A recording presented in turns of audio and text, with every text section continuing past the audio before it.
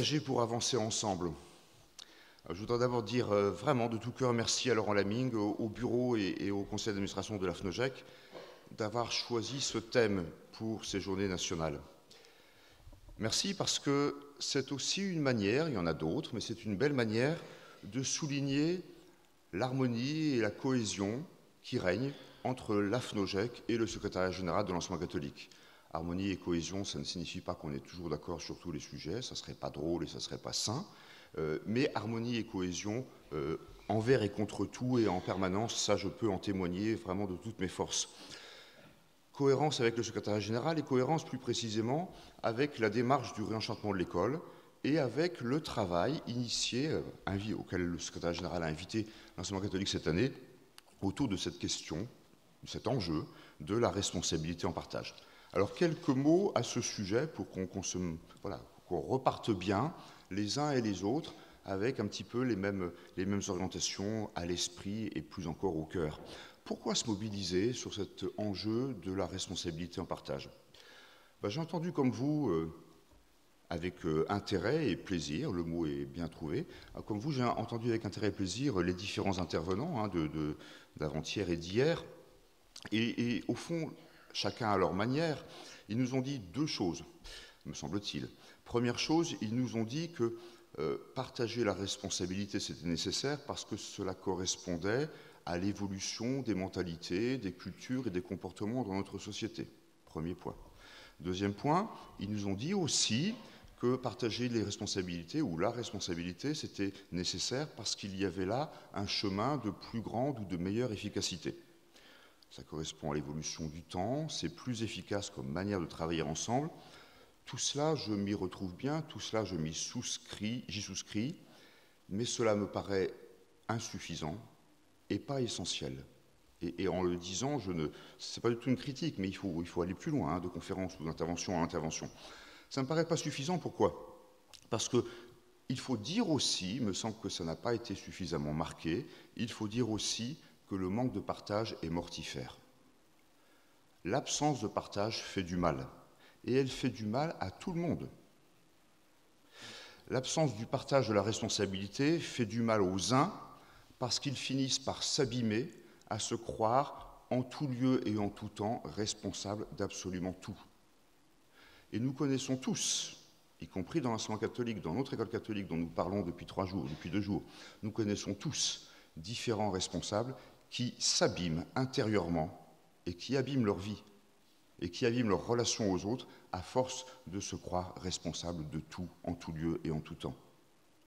Puis ça fait mal aux autres aussi, cette absence de partage, parce que nous connaissons tous, malheureusement, de nombreux acteurs de l'école catholique, et on pourrait élargir et parler de notre société, qui souffrent de se sentir exclus de la responsabilité, qui souffrent de se sentir non reconnus, qui finissent par éprouver le sentiment de ne pas exister aux yeux d'autrui, à force de n'être associés à aucune forme de responsabilité partagée.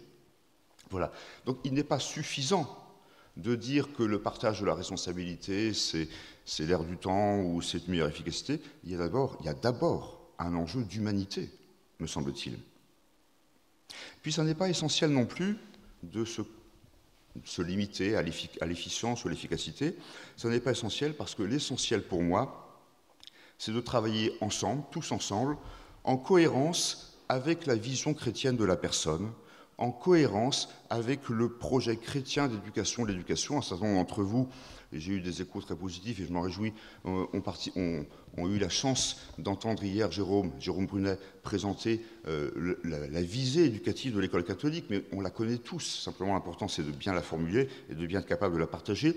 Nous sommes les uns et les autres, ensemble, responsables d'une ambition éducative que l'Église nous demande de porter pour tous. Et cette ambition éducative, elle appelle de nous que nos manières d'être ensemble soient cohérentes avec notre vision de la personne, notre vision de la société. Donc, la responsabilité en partage, ce n'est pas d'abord pour être plus efficace, même si ça le permet. La responsabilité en partage, c'est d'abord l'enjeu de faire grandir chacun, chacune et chacun d'entre nous, et chaque personne avec laquelle nous travaillons. La responsabilité en partage, pour faire grandir entre nous notre commune humanité fraternelle. Il y a une formule de saint Augustin que je trouve très belle et très juste. Saint Augustin a dit ceci à l'occasion de l'un de ses sermons. « Frères, je suis chrétien avec vous et je suis évêque pour vous. Chrétien avec vous, évêque pour vous. Dans ma relation à l'autre, ce n'est pas moi qui suis le premier, c'est l'autre. C'est l'autre qui est premier et moi je suis responsable pour lui et nous sommes ensemble responsables de ce que nous vivons en commun. Ce dont il s'agit, en d'autres termes, me semble-t-il, c'est de situer de manière juste, de manière ajustée, l'articulation entre l'horizontalité et la verticalité. Le chef, avec un C majuscule, qui regarde les autres du haut de sa statue, c'est fini. Ça ne marche plus, on le sait bien. Mais en même temps, la verticalité institutionnelle, elle est nécessaire. Il ne s'agit pas du tout de revendiquer une espèce d'horizontalité systématique et à tout vent et à tout crin.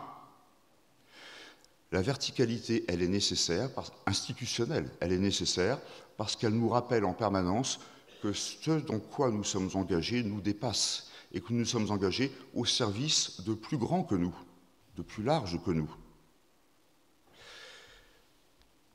On a entendu parler du rôle de la reine des abeilles, mais en entendant parler de la reine de la ruche, je ne pouvais pas m'empêcher, le répétez pas s'il vous plaît, de penser à un certain nombre d'amis chefs d'établissement et de les imaginer avec leurs petites ailes, et voilà. Mais au fond, c'est quand même ça le chef d'établissement, tel que le statut de l'école catholique définit sa mission.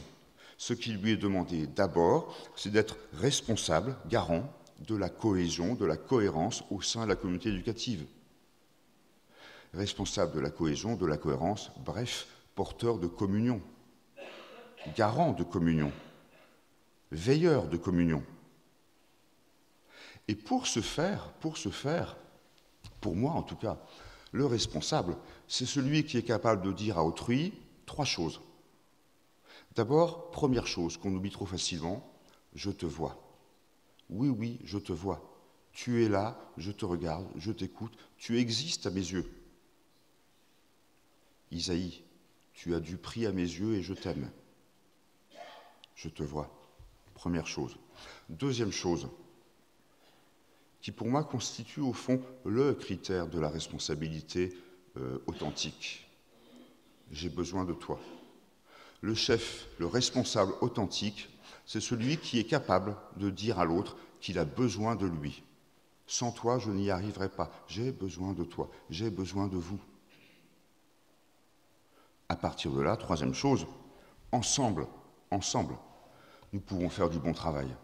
Ensemble, nous pouvons réaliser de belles choses, utiles, au service de la mission que nous portons fraternellement.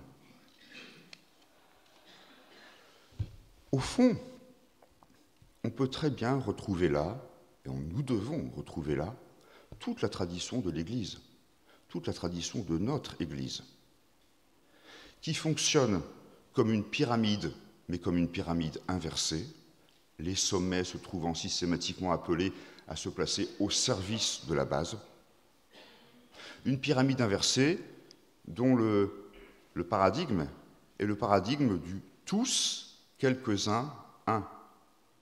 Tous ensemble, en Église, frères et sœurs en Église, tous ensemble engagés en Église au service de l'école catholique et de sa mission chrétienne. Le tous, c'est la synodalité. La synodalité qui fait émerger les aspirations enfouies et qui favorise la créativité, l'intelligence collective, comme ça vient d'être dit à juste titre. Le tous de la synodalité. Le quelques-uns de la collégialité. La collégialité de l'aide au discernement. L'aide au discernement, toujours dans la recherche de l'unité. Et puis le un, c'est l'autorité de celui ou de celle qui décide, parce que c'est la mission spécifique qui lui a été confiée pour un temps donné, celle ou celui qui décide, toujours dans le souci du service et dans la recherche du bien commun. Ce qui m'amène, c'est un point de détail, mais un peu plus qu'un point de détail quand même, ce qui m'amène à nous inviter ensemble à bien identifier la différence entre responsabilité partagée et responsabilité en partage. Ce n'est pas pour le plaisir de jouer sur les mots par coquetterie lexicale. Hein. Ce n'est pas exactement la même chose. Un certain nombre d'entre vous, nous avons la chance d'être parents, grands-parents éventuellement. On a tous vécu ça, ou on a pu le vivre, lorsque un enfant supplémentaire, un nouvel enfant, arrive dans une famille, celui ou celle ou ceux qui étaient déjà là peuvent éprouver la peur de ne plus être autant aimés. Et on sait tous que l'amour des parents, ou des grands-parents, puisque maintenant c'est mon statut, l'amour des parents, ce n'est pas un stock qu'il faudrait partager en parts égales et la taille des parts diminuerait au fur et à mesure que le nombre de bénéficiaires augmenterait. La quantité d'amour, si on peut s'exprimer ainsi, elle augmente infiniment. Voilà. Quand on parle de responsabilité partagée, au fond, alors je vais prendre une image qui n'est pas très élégante, pardonnez-moi, mais c'est celle qui m'en est venue à l'esprit, mais si vous avez mieux à me suggérer pour un prochain discours, j'achète. Au fond, c'est un petit peu comme si on avait à l'esprit un gâteau, une tarte, dont on coupe les parts de manière équitable entre le nombre de convives. Mais si le nombre de convives augmente, les parts deviennent plus petites. La responsabilité en partage, ça porte l'idée que le gâteau augmente, s'élargit, au fur et à mesure que le nombre de participants s'accroît. Dans la responsabilité en partage, on ne répartit pas le commun, on crée du commun nouveau, du commun plus riche, du commun plus large.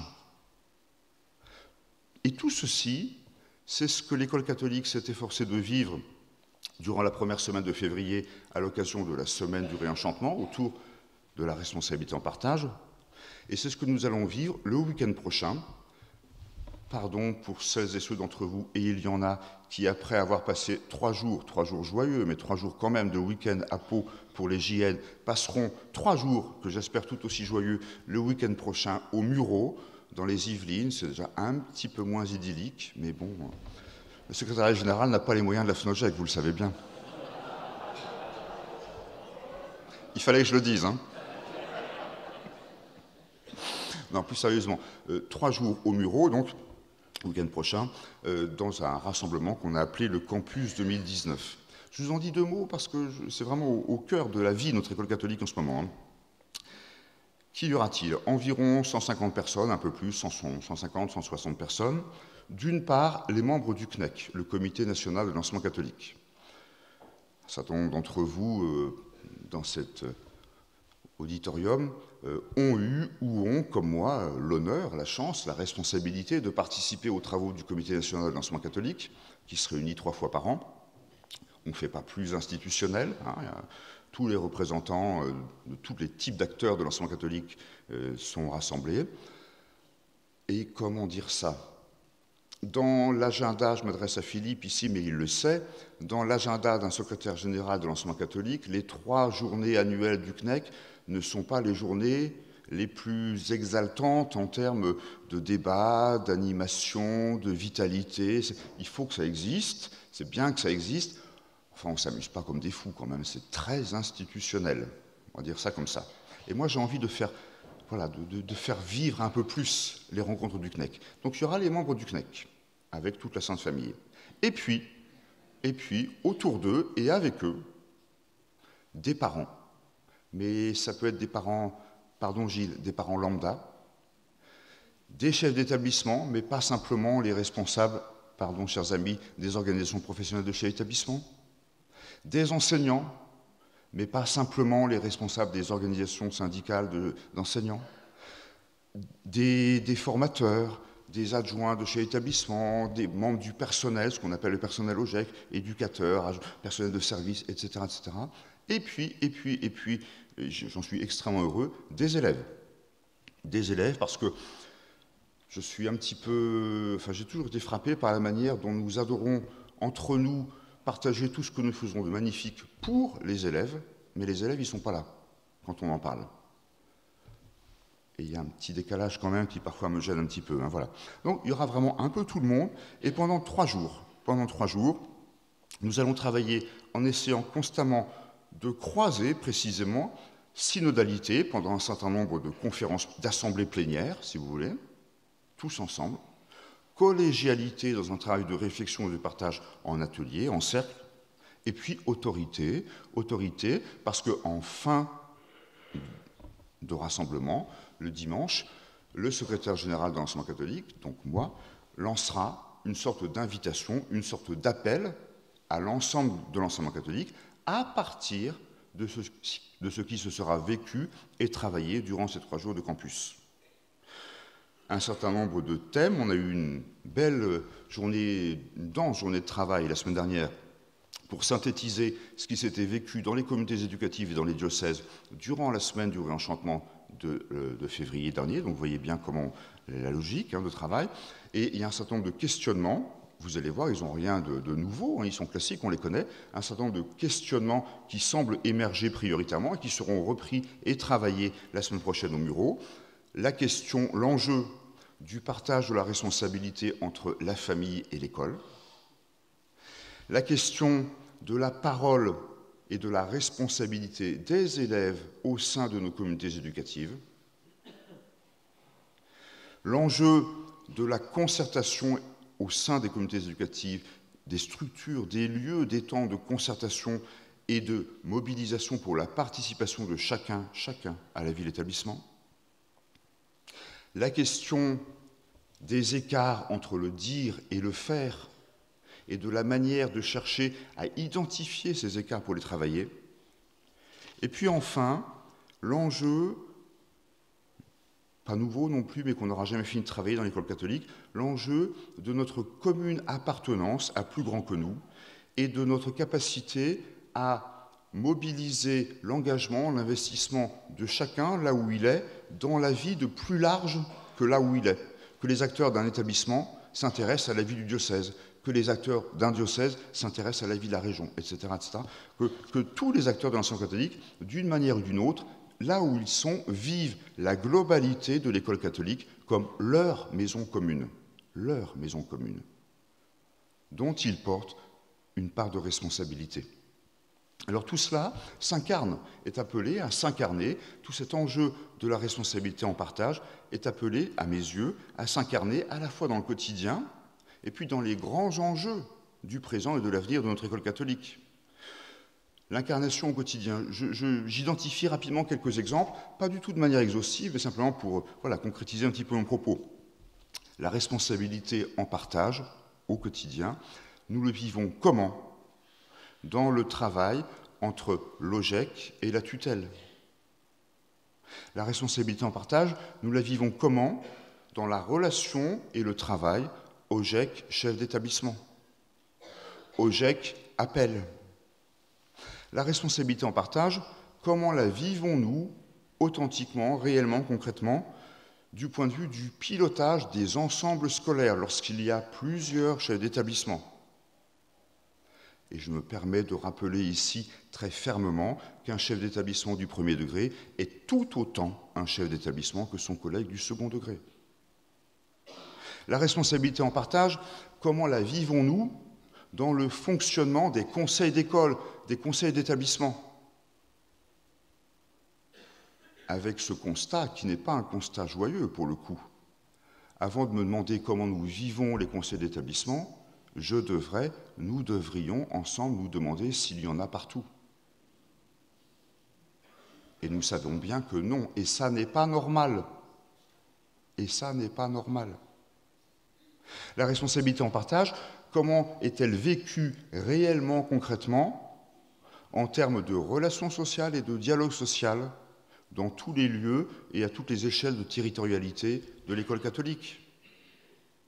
Comment la vivons-nous dans l'élaboration et dans la mise en œuvre des règlements scolaires ? Qui rédige le règlement scolaire ? Comment est-ce que c'est pensé collectivement, collégialement, dans une visée éducative ? Encore un exemple concret. La responsabilité en partage, ça se passe comment à la cantine ? Au restaurant scolaire. Je C'est l'une de mes obsessions, mais je n'arrive pas du tout à faire passer le message auprès de nos amis des sociétés de restauration, et je le comprends bien, mais en fait, je regrette, pour tout vous dire, je regrette l'hyper-individualisation de la restauration collective. Et je confesse regretter le temps très ancien et auquel on ne peut pas revenir, où il y avait la dame de service qui apportait le plat de purée au milieu de la table et qui disait « servez-vous, mais servez d'abord vos voisins ». Ça disait quelque chose. Sans avoir de solution, mais ça vaut la peine d'y réfléchir, parfois je me dis que ce que nous faisons vivre à la cantine à nos élèves se trouve aux antipodes du projet chrétien d'éducation que l'école catholique est invitée à porter. La responsabilité en partage, comment la vivons-nous dans l'articulation entre les différents niveaux de territorialité de l'école catholique? J'avoue qu'au terme de... bientôt, dans quelques mois, mais voilà, bientôt au terme de ma mission de secrétaire général, c'est l'une des questions qui me taraude le plus. Je nous trouve assez mauvais. Il faut le dire parfois aussi. Hein. Je nous trouve magnifiquement bons dans 1001 domaines. Mais je nous trouve... Et c'est vrai. Mais je nous trouve tous ensemble, relativement mauvais dans l'articulation entre l'échelle de l'établissement et l'échelle du diocèse, l'échelle du diocèse et l'échelle de l'académie ou de la région, l'échelle de l'académie ou de la région et l'échelle nationale. Et il ne s'agit pas du tout dans cette affaire-là de dire qu'il y a les gentils et les méchants, les cow-boys et les indiens, ou dites ça comme vous voulez. C'est tous ensemble, à quelque niveau que nous soyons, que nous avons à travailler cette histoire-là. Parce que nous adorons souvent brandir l'étendard de la subsidiarité au nom de la pensée sociale de l'Église, en oubliant que les différents points d'appui de la pensée sociale de l'Église n'ont aucune valeur pris isolément, mais ne revêtent de sens que de manière systémique, confrontés les uns aux autres. La subsidiarité toute seule, c'est l'autonomie du « je fais ce que je veux, quand je veux, comme je veux, et je vous laisse finir la phrase. La subsidiarité n'a de sens que si on la travaille de manière confrontée avec le bien commun, avec la solidarité, avec la justice. Et je trouve que nous avons tous ensemble des progrès à faire dans l'école catholique à cet égard. Voilà un certain nombre d'exemples. Mais on pourrait aussi évoquer les enjeux de responsabilité en partage du point de vue des grands dossiers nationaux. Comment est-ce que nous travaillons la réforme du lycée en associant vraiment les différents acteurs concernés à la réflexion et à la prise de décision? Comment est-ce que nous nous emparons des questions extrêmement complexes et extrêmement urgentes, pour le coup, d'avenir des formations professionnalisantes, en associant réellement l'ensemble des acteurs concernés? Comment est-ce que nous travaillons à l'avenir territorial de notre présence d'école catholique dans ce pays, en déployant une politique, une démarche prospective qui part vraiment de chaque communauté éducative et qui, dans chaque communauté éducative, associe réellement l'ensemble des parties prenantes à la réflexion.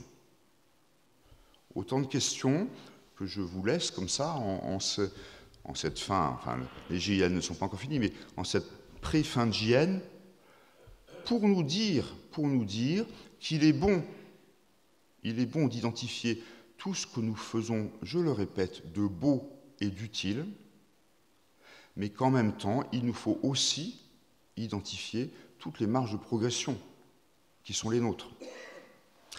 Je finis avec un certain nombre de points tirés de ce qu'on a entendu depuis vendredi soir. D'abord, François Bayrou. Alors, pas du tout pour vous refaire l'histoire de Pau. Bon, les uns et les autres, on a pu retenir différents éléments de l'intervention de François Bayrou. Moi, j'en retiens surtout le moment où il nous a parlé je ne sais plus comment ça s'appelle, l'histoire des forces du Béarn, vous savez, cette espèce de charte constitutionnelle béarnaise. Et il nous expliquait que voilà, les Béarnais se sont cherchés un certain nombre de souverains successifs. Et qu'à un moment donné, il y avait la possibilité de choisir entre des jumeaux. Et les jumeaux étaient endormis, il y en avait un qui dormait avec les poings serrés et l'autre avec les mains ouvertes, et qu'ils ont choisi celui qui avait les mains ouvertes. Oui, ça me parle bien, on préfère un souverain qui a les mains ouvertes. Nous ne sommes les uns et les autres propriétaires de rien. Nous ne sommes propriétaires de rien, quelle que soit l'ampleur et la beauté de notre engagement et de notre investissement là où nous sommes investis et engagés. Nous ne sommes propriétaires de rien, nous ne sommes que de passage. Ça m'est particulièrement facile, vous le comprenez, de vous le dire ici ce matin. J'en profite parce que je ne sais pas si tout le monde l'a bien identifié, il ne va pas aimer, mais c'est moi le chef pour le moment, donc voilà, je décide. J'en profite, tu vas te lever, pour que vous repériez Philippe Delorme et pour que vous l'accueilliez.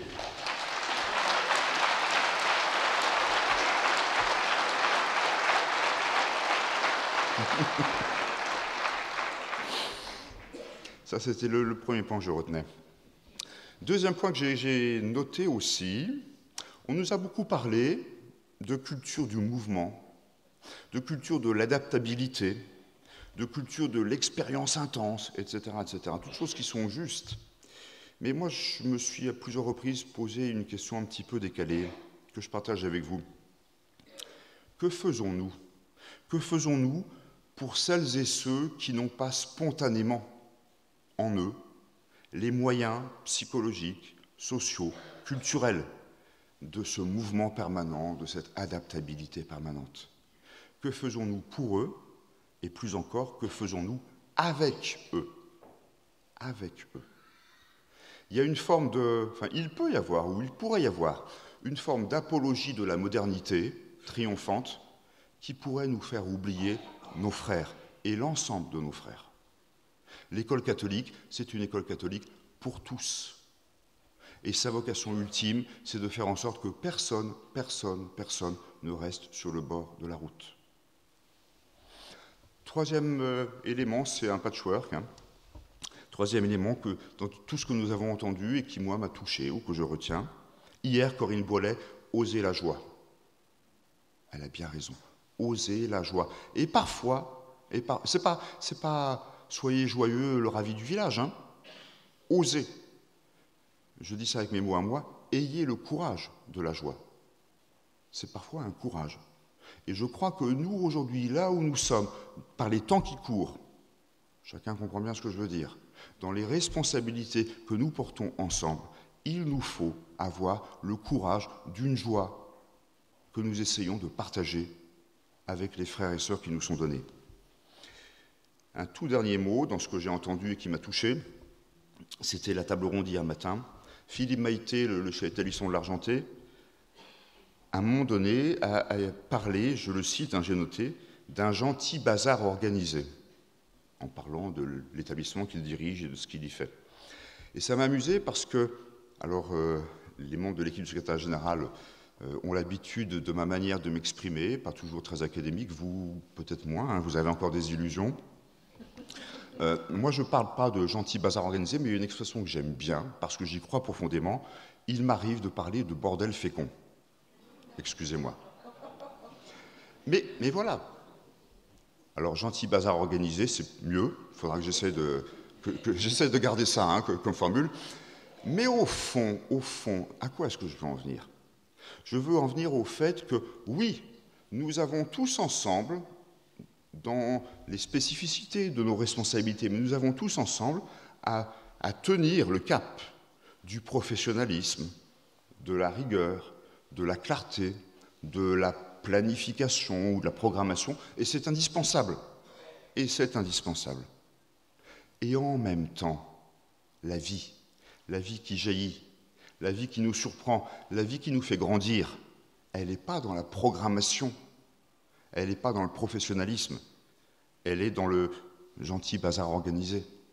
C'est vraiment beaucoup mieux. Il y a une distinction que j'ai toujours trouvée intéressante, que l'on doit au philosophe Jacques Derrida, qui est pas du tout ma tasse de thé, mais peu importe. Derrida a proposé à un moment donné une distinction que je trouve assez belle, assez juste, entre le futur et l'avenir. Le futur, nous dit-il, c'est ce qui se maîtrise, ce qui se prépare, ce qui se planifie, ce qui se contrôle, ce qui se gère. Et ça fait partie de nos responsabilités. Et l'avenir, par définition, c'est ce qui nous tombe dessus. C'est le surgissement de l'imprévu. C'est la vie qui va où elle veut, comme elle va. C'est l'esprit qui souffle où il va, comme il veut, où il veut, comme il veut. Et au fond, il me semble que la responsabilité en partage, tout particulièrement pour vous, mais pas que pour vous, pour nous tous ensemble, c'est d'avoir le souci de préparer le futur, mais en restant toujours ouvert au surgissement de l'avenir. D'une certaine manière, tous ensemble, nous sommes des veilleurs de l'avenir pour notre école catholique. Les sentinelles qui attendent l'aube, comme le dit le psaume. Alors, puisque c'est la dernière fois qu'on se voit dans ce genre de configuration, à vous qui êtes les sentinelles de l'avenir, je vous dis un immense et un très sincère merci pour tout ce que vous faites.